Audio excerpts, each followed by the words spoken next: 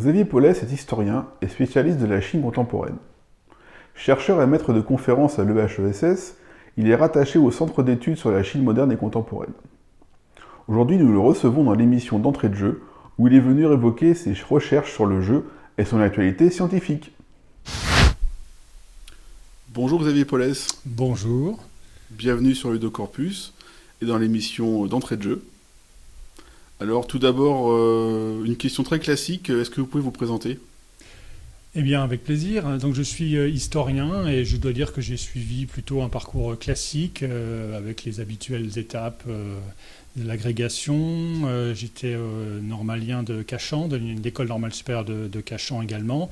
Au début des années 2000, j'ai commencé à me spécialiser vraiment dans l'histoire de la Chine, puisque j'ai fait une thèse à l'université Lyon 2 de 2000 à 2005, thèse qui portait sur l'opium, la place de l'opium dans la société cantonaise des années 1900 à 1930. Ensuite, j'ai enchaîné avec un postdoctorat à l'université de Tokyo, de 2005 à 2007. Puis, au bout de quelques années, j'ai obtenu un poste à l'école normale supérieure, à l'EHESS, à l'école des hautes études en sciences sociales. C'était en 2009 et depuis cette époque, donc j'enseigne, je fais mes recherches à l'EHESS au sein du Centre d'études sur la Chine moderne et contemporaine que j'ai dirigé d'ailleurs de 2015 à 2018. Et me voilà aujourd'hui. Merci d'avoir accepté notre invitation en tout cas. Donc, pour reprendre un petit peu, vous êtes un historien spécialisé dans l'histoire de l'étude de la Chine moderne et contemporaine. Quelles sont vos problématiques de recherche en général et puis peut-être celles liées au jeu en particulier ? Alors mon intérêt est quand même clairement du côté de l'histoire urbaine et de l'histoire sociale. Donc la thèse à laquelle j'ai fait allusion était pleinement dans le domaine de l'histoire sociale et urbaine. Il en est sorti un livre en 2010 et un deuxième livre sur l'opium également, un livre beaucoup plus général sur l'histoire de l'opium en Chine sur le 2 siècles. Et à ce moment-là, donc j'ai senti la nécessité de me renouveler et de choisir une thématique qui puisse à la fois correspondre à mes intérêts, et en particulier donc à l'histoire sociale, mais qui puisse être nouvelle.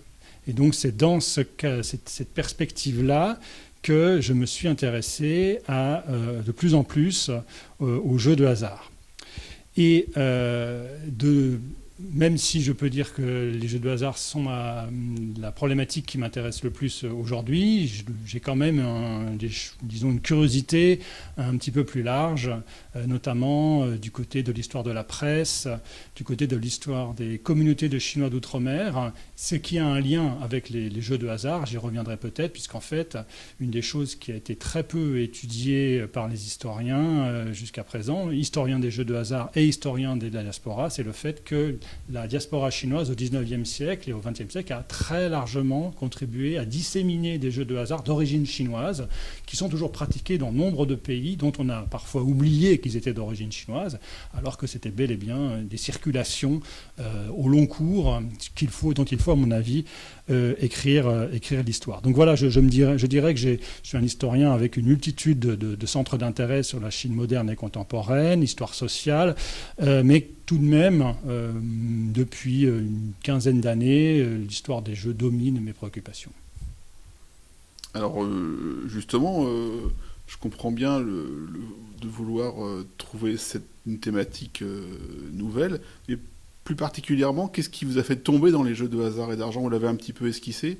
Est-ce que vous pouvez revenir un petit peu sur ce basculement, ce passage ? Des raisons un peu plus fortuites. Ce que j'ai évoqué, c'est effectivement une sensibilité générale qui me porte vers l'histoire sociale et urbaine, mais d'une manière plus prosaïque, peut-être plus anecdotique, mais néanmoins intéressante. Il faut savoir que dans les sources les nombreuses sources que j'ai consultées pour mes travaux sur l'opium, en fait, je me suis très rapidement aperçu que ces sources avaient tendance à mettre ensemble l'opium, enfin les drogues d'une manière plus générale, la prostitution et les jeux de hasard comme une trilogie de vices qui met en danger à la fois l'individu, la famille et l'ordre social. Donc très généralement, les trois vont ensemble. Et c'est toujours vrai dans l'historiographie aujourd'hui, en Chine continentale notamment, on publie très souvent des ouvrages qui sont consacrés à ces trois vices cannabis, auquel on ajoute parfois, mais plus rarement quand même, l'alcool. Alors donc, de ce fait-là, j'ai été contraint de lire de manière incidente des choses sur le jeu. Donc ça a réveillé un intérêt pour moi. Mais probablement ce qui a le plus contribué à cet intérêt pour le jeu, c'est un article que j'ai lu, là encore une fois vraiment par hasard. C'est un article qui était publié dans une revue hostile à la drogue, destinée à combattre la consommation de drogue, et cette revue n'allait pas très bien. Au milieu des années 30, on manquait de marbre, comme on dit dans le jargon, des imprimeurs et de l'édition. Et donc, de ce fait, ils publiaient des choses qui avaient de moins en moins de rapport avec l'opium et les drogues, et je suis tombé sur un article d'une quinzaine de pages qui décrivait par le menu le fonctionnement d'une maison de Fantan, donc le jeu qui va m'intéresser, de manière extraordinairement précise. Et ça m'a passionné. Et donc, je me suis dit que c'était peut-être un sujet qui pourrait être intéressant pour la suite. Et j'ai regardé ce qui s'était publié là-dessus. Il y avait très peu de choses. Et à partir de là, quand j'ai commencé de fil en aiguille à regarder des choses sur le Fantan, je me suis aperçu que c'était un jeu qui avait une importance cruciale dans la société cantonaise de l'époque que je connaissais bien, dans la vie politique aussi. Et donc, j'ai décidé de consacrer mes efforts à sortir ce jeu de l'oubli. Oui, tout à fait. Je confesse ma méconnaissance de ce jeu, le Fantan. Est-ce que vous pouvez nous le faire découvrir et nous expliquer un petit peu en quoi il consiste ? Alors, vous avez absolument pas de raison d'être honteux d'ignorer ce jeu, puisqu'on ne connaît pas du tout en France, surtout ce jeu. Aux États-Unis, c'est un petit peu différent, précisément parce que, comme je le disais tout à l'heure, la diaspora chinoise a pratiqué largement ce jeu aux États-Unis. Il en est resté quelque chose dans l'imaginaire collectif, souvent, beaucoup plus qu'en France. En France, ce serait peut-être dans la littérature coloniale qu'on pourrait trouver des descriptions du Fantan sous le nom de Bakuan en Indochine. Dans la période coloniale, il y a pas mal de descriptions de ce jeu. Alors c'est très simple, c'est même extraordinairement simple, puisque le Fantan consiste à miser sur un nombre entre 1, 2 et 3. Et le tirage au sort s'effectue de la manière suivante, c'est que vous prenez un ensemble d'objets de petite taille, tous de forme tous identiques, typiquement ça peut être des pièces de monnaie ou ça peut être des boutons. Vous prélevez rapidement une poignée de ces boutons, vous les placez immédiatement sous un petit couvercle. Ensuite, vous demandez aux joueurs de parier sur 1, 2, 3 ou 4. Et ensuite, vous soulevez ce couvercle, vous prenez une baguette et vous comptez, vous faites des petits paquets de 4 boutons par 4 boutons. Et comme ça, vous comptez vos boutons. Et à la fin, il restera forcément le dernier paquet et il aura 1, 2, 3 ou 4 boutons. Et à ce moment-là, vous avez comme ça le résultat du tirage. Alors après, il y a quelques petites variantes, on peut miser sur plusieurs nombres, on peut rendre certains nombres neutres, mais voilà, fondamentalement, le Fantan est extraordinairement simple. Merci pour ces éclairages et cette découverte. Alors justement, vous avez effectué vos recherches notamment sur ce jeu. Quelles sont les publications un petit peu phares que vous aimeriez évoquer pour nos auditeurs ?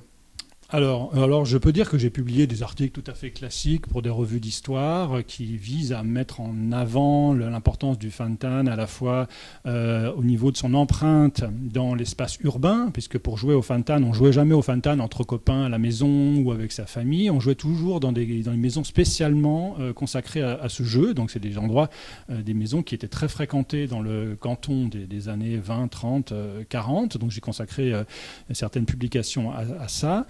J'ai consacré également des publications, comme j'ai dit, à la dissémination du Fantan dans le monde, puisqu'on s'aperçoit que le Fantan, dans les années de la fin du 19e siècle et du premier 20e siècle, il est joué sur tous les continents du monde, parce que la diaspora cantonaise, dans ses valises, amène le Fantan. Alors, ce qui est intéressant de voir, c'est est-ce que le Fantan reste confiné aux communautés de Chinois d'outre-mer ou est-ce qu'il passe dans les sociétés d'accueil ? Eh bien, la situation est très variable. En Thaïlande, par exemple, le Fantan passe très largement. Au contraire, aux États-Unis ou en Amérique du Sud, les choses sont beaucoup plus cloisonnées. Le Fantan reste une curiosité qui se joue entre Chinois. Il y a des situations un petit peu intermédiaires aussi, notamment le cas du Vietnam, où, sans avoir la popularité qu'il a en Thaïlande, le jeu pénètre quand même parmi les populations vietnamiennes vietnamienne.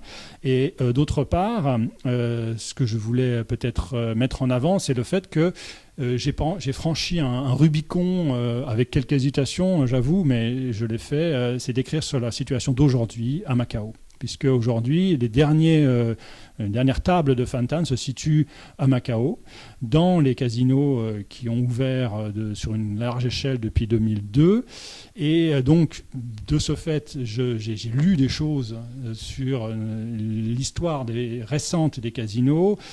Et j'ai été très déçu par ce que j'ai lu, je dois dire. Et donc, j'ai entrepris un travail d'observation dans les casinos afin d'écrire sur des phénomènes très contemporains. Donc, pour un historien, c'est un petit peu dépaysant, un petit peu audacieux peut-être. Par exemple, il y a une question qui m'a intéressé beaucoup, c'est les opérateurs de Las Vegas américains arrivent en 2002 à Macao.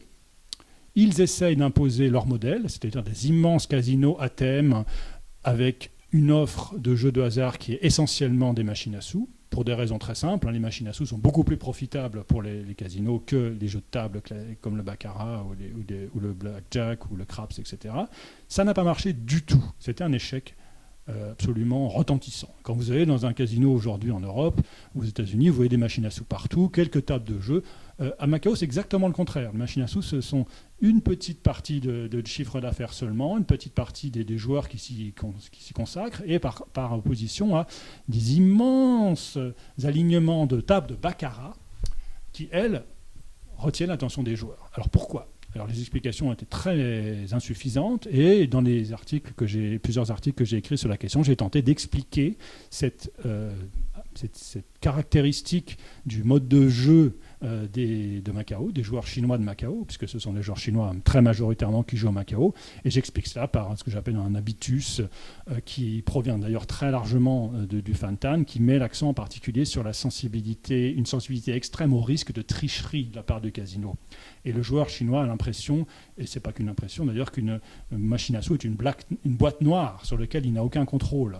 Et c'est une des raisons principales qui explique ça, avec d'autres raisons telles que l'intérêt qui est très marqué des joueurs chinois pour l'aspect, disons, social du jeu. C'est-à-dire qu'on ne joue jamais tout seul sur une table de jeu, on aime être entouré de joueurs, et donc le face-à-face avec la machine à sous a très peu d'attrait aux yeux des joueurs chinois.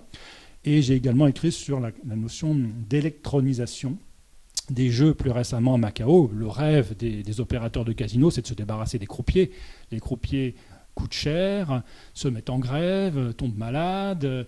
Donc la machine à sous, évidemment, permet d'éviter ce problème. Mais comme les Chinois ne veulent pas des machines à sous, les opérateurs de casino ont rivalisé d'astuces pour essayer de trouver un moyen de rendre le baccarat plus électronique, se priver des croupiers. Ça a marché dans une certaine mesure, et j'ai essayé également d'expliquer pourquoi.